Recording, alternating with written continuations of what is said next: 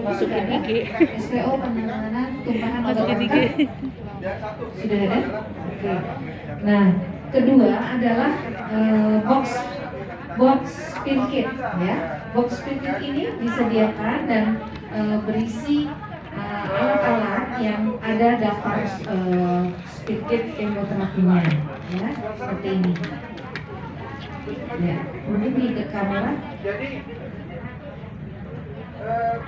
Ya, ini adalah daftar spill kit kemoterapi. Kemudian di situ kita akan pertama ada langkah-langkah panduan langkah-langkah penanganan tumpahan obat kanker. Nah, seperti ini Bapak Ibu ya. Silakan. Ya, nanti dikirim ke grup untuk teman-teman yang di daring. Kemudian penanda tumpahan obat kemo. Ya. Penanda tumpahan obat kemo sudah kelihatan. Boleh duduk loh, kalau apa biar daripada di belakang saya duduk nggak apa-apa. Duduk lebih enak, nggak apa-apa. Ini untuk membatasi area ya, membatasi area agar orang-orang tidak lalu lalang. Silakan duduk aja. Kemudian baju pelindung disposable ya, bisa gaun, bisa apron ya. Kalau nggak ada yang disposable full, apron juga boleh ya. Disposable ya Bapak Ibu ya. Kemudian kacamata atau Google.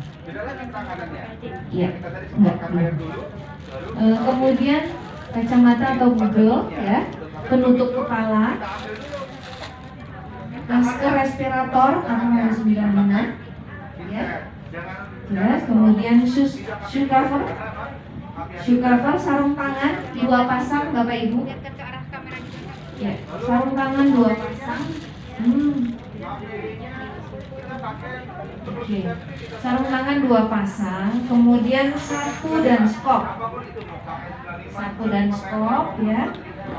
Kain penyerap oleh yang absorben ya, kain penyerap absorben. Bapak Ibu boleh gunakan tisu, juga boleh gunakan orang ya, yang penting dia bisa menyerap ya. Kemudian kantong sampah sitotoksik berwarna ungu ya. Selanjutnya deterjen cair di dalam botol, deterjen cair. Nah, ini botol deterjen berisi cairan deterjen dan berisi satu lagi botol berisi air ya. Oke, kita masuk kepada langkahnya ya. Peragaan langkahnya. Yang pertama, tandai area tumpahan obat kanker ya. Tandai. Kemudian gunakan alat pelindung diri dari mulai gaun atau apron ya yang sudah disiapkan. Kemudian penutup kepala, masker, kacamata dan Google, penutup kaki, sarung tangan.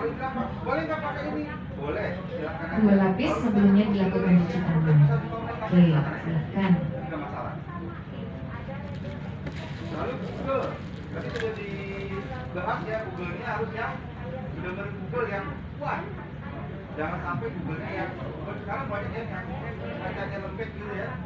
Karena takut tumpahannya berbahaya. Jadi ini prinsipnya langkah pertamanya hampir sama ya dengan spill kit yang lainnya, infeksius maupun spill kit untuk B3 ya. Memberikan pada tumpahan tadi. Masker N95 mungkin salah satu aja ya pakai. Ini udah ya, udah pakai masker. Kemudian selanjutnya pakai yang lain. Kalau double gitu jadi salah persepsi dulu. Masker N95 ya yang digunakan. Kemudian Google. Ya, silakan Google. Ada tumpahan ya, kita ada tumpahan. Boleh, saya ada tumpahan ceritanya. Ya maaf ya, tumpahan. Boleh minta kertas buat contoh, ini tisu ya. Ini ceritanya, ini ada tumpahan di ruang kemoterapi. Itu tumpahan di ruang kemoterapi. Langkah pertama adalah kita, Gaun apronnya belum ya? kita amankan lingkungan. Gaun apron. Kalau misalnya tidak ada yang sedikit dari seperti ini, kita cari yang segitiga awas. Itu plesetnya klinik service boleh dipakai. Boleh dipakai. Atau misalnya tidak ada sama sekali apapun benda yang bisa melindungi tempat itu boleh dipakai. Kursi boleh nggak? Boleh, silakan dipakai. Tapi contohnya ini seperti sudah Kalau dibuat. tidak ada disposable, Bapak Ibu boleh sediakan apron Tanda. plastik. Tanda, setelah tanda kita langsung memakai APD.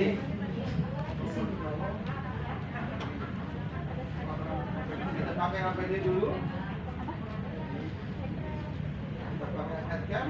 Penutup kaki, Lalu kita pakai ini. Berkurang boleh. Pakai pertama adalah tali yang kalau masker 95 tali yang baru ya. Oke, jadi top yang di ujung yang dipakai. Pegang. Tapi setelah pemakaian jangan dipegang lagi. Jangan tali yang paling. Lanjut, sekarang sudah pakai masker ya. Sudah pakai 95. Lanjut kita memakai apron. nanti langkah-langkah ini kami share di dalam materi ya Bapak Ibu. Ya, ini kadang-kadang berbeda apronnya ya. Rumah sakit ada yang cuma apron ada di depan. Sarung Nggak tangannya masalah. ada dua Nggak pasang masalah. ya Bapak Tapi Ibu. kan pelaksanaan ada di bagian depan. Itu pun kalau misalnya ada tumpahan kan tidak mungkin tumpahan yang seperti air begini ya, ya. Mungkin ya. Sarung tangan Bapak Ibu bisa Tumpahan biasa. gunakan sarung tangan manis steril ya. Kalau lebih bagus lagi yang sarung tangan Bapak Ibu ya. Ya, pura-pura ya. Saya baru operasi kayak Kalau kita pakai sarung tangan, tadi sarung tangan boleh ya? Boleh memakai sarung tangan rumah tangga, boleh memakai sarung tangan medis. Kalau misalnya ada pertanyaan apakah safety? Kalau safety. Asal misalnya tadi ada tumpahan yang pecahan, cara yang pertama kali ini ambil, jangan pakai pinset tadi. Ambil, baru ditangani. Kan? Pakai apa dulu? Pakai apa dulu? Pakai dulu, baru nanti baru kalau misalnya ada pecahan baru diambil satu-satu. Kaca sosial. Gak usah double, pokoknya pede dengan sarung tangan. Tapi masalah ambilnya tadi tadi. Ada beberapa rumah sakit mengatakan bahwa double sarung tangan boleh, silakan. Ada tidak view silakan. Yang kedua adalah misalnya tumpahannya cair tadi. Banyak rumah sakit SOP-nya yang memakai pinset monitornya. Jadi kalau dipegang tangan, Angkat pecahan wadah obat menggunakan pinset saku dan ini stop. diserap dulu ya. Ini cairan ya. Diserap biarkan dulu. Jadi kita harus Ini menggunakan ada waktunya. alat ya Bapak Ibu ya. Ini kan kalau biasa cuma gerak. Bisa gunakan pinset, bisa juga gunakan stop. Sudah? Sebelumnya siapkan dulu plastik Sudah, jangan lupa. berwarna Untuk ungunya. plastiknya ini saya mulai dibakar. Di rumah sakit Bapak Ibu sudah tersedia Plastiknya plastik paling cantik ya. berwarna ungu. Susah ya didapatkan? Enggak, gampang ya, ada ya. Kalau bagi rumah sakit Kemudian yang belum melakukan, diangkat menggunakan pinset, saku, dan stop. untuk mengadakan seperti ini. Masukkan ke dalam kantong plastik sampah sitotoksik Nah, berwarna putar ungu. secara dari luar ke dalam. Dari luar ke dalam diputar diambil. Setelah itu selesai, lalu kita memakai. Ya, ini cara deterjen ceritanya nih ya. Jadi yang tadi cara sudah ada. Cara deterjen. Sudah. Lalu diserap lagi. Biarkan dulu, nanti akan menyerap. Sudah menyerap, diputar lagi. Putar, kita buang kembali. Masih ada serbuk-serbuk, dilanjutkan dengan sapu dan stop. Ya. Kemudian lanjutkan dengan lakukan penyerapan tumpahan. Kalau tumpahan cair, Bapak Ibu gunakan kain penyerap, ya. Ya. Nah, kain penyerap atau kalau misalkan serbuk, basahi kainnya dibasahi, disemprot dulu. Saya dicontohkan, ya, disemprotkan dengan air. Kalau serbuk yang tumpah, Bapak Ibu semprotkan dulu kainnya dengan air, kemudian diserap serbuknya, ya, seperti itu. Baru buat ke kantong umum. Ya, sudah jelas. Jadi ada dua jenis ya. Kalau cair itu kita langsung pakai absorben. Nah, kalau serbuk kita absorbennya kita basahkan dengan air. Ya, selanjutnya buang Kalau misalnya tadi kita bicara yang misalnya tadi udah kita bicara bahwa tumpahannya contohnya adalah ke dalam kantong. bubuk tadi. Kemudian basahi seluruh area tumpahan dengan deterjen. Yang kacanya Jadi baru disediakan dua botol ya, di spill kitnya Bapak Ibu, deterjen yang pertama. Lalu teknik yang tadi pertama, kedua, ketiga penyerapannya diulang. Kemudian Itu perbedaannya nih. dilap dengan mineral dengan absorben tadi, ya. Kacanya ada Kemudian dibuang ke kantong limbah toksik. Setelah itu diulangi dengan air bersih, ya. Enggak. Dengan Kalau air. di sini nanti robek, ada kerobekan segala macam. Dan yang pertama ada lagi yang mempunyai dia Serap ya ke arah dalam, ya. Coba diulangi sekali lagi biar jelas bagaimana caranya ke arah dalam. Jadi dari luar memutar sampai ke area dalam. Jadi kalau obat nyamuk dari luarnya dulu sampai ke dalam, ya. Kemudian buang ke kantong kuning sampai sampah terangkat semua, ya, baik itu cairan maupun serbuk. Setelah itu lepaskan alat pelindung diri dan masukkan ke kantong umum. Silakan. Kita buka dulu yang paling kotor ya Bapak Ibu ya, yang sudah ada khusus ya. ya, kita sarung tangan, melakukan pembersihan tangan, baru kemudian dilanjutkan dengan membuka yang lainnya. Ya, mereka biasanya kalau inisiatif di ruangan Hand wash ya Bapak Ibu ya. untuk yang pembuangan limbah kemoterapi. Di farmasi juga kan Kemudian silakan lepaskan pelindung diri, dimasukkan ke kantong ungu juga. Farmasi dan dispensing. Ya, disposable.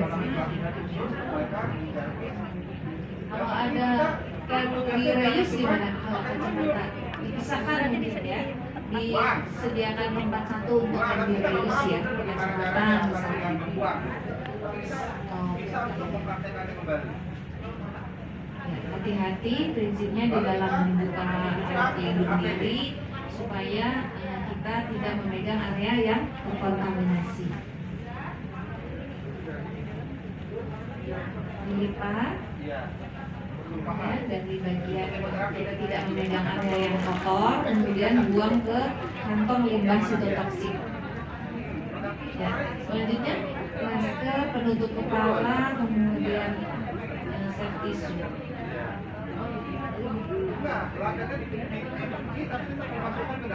Nah, kalau di rumah sakit Bapak Ibu tidak ada kantong berwarna ungu, ya, Bapak Ibu bisa gunakan kantong yang lain, warna lain, tapi di situ diberi stiker atau tulisan bahwa ini adalah sitotoksik seperti itu ya. Ya, selanjutnya setelah melakukan ini dirapikan, sampahnya diikat, kemudian melakukan pembersihan tangan, ya. Ya. Bahwa ini penggunaannya apa? Ternyata penggunaannya seperti biasa kita ikat, kemudian kita taruh di denitor gitu ya, atau troli untuk sampah, diikat, diberi label ya Bu ya. Ya, kalau sudah ungu sudah tahu kalau ini, tapi kalau warnanya lain diberi label. Lakukan kebersihan tangan, kemudian yang pertama yang selesai Bapak Ibu sebelum menyimpan box spray kit ini disesuaikan lagi dengan isi ya, diisi kembali ya, diisi kembali dengan apa yang tadi sudah dipakai untuk siap digunakan berikutnya ya. Baik Bapak Ibu, ada pertanyaan? Ya silakan. lalu yang kedua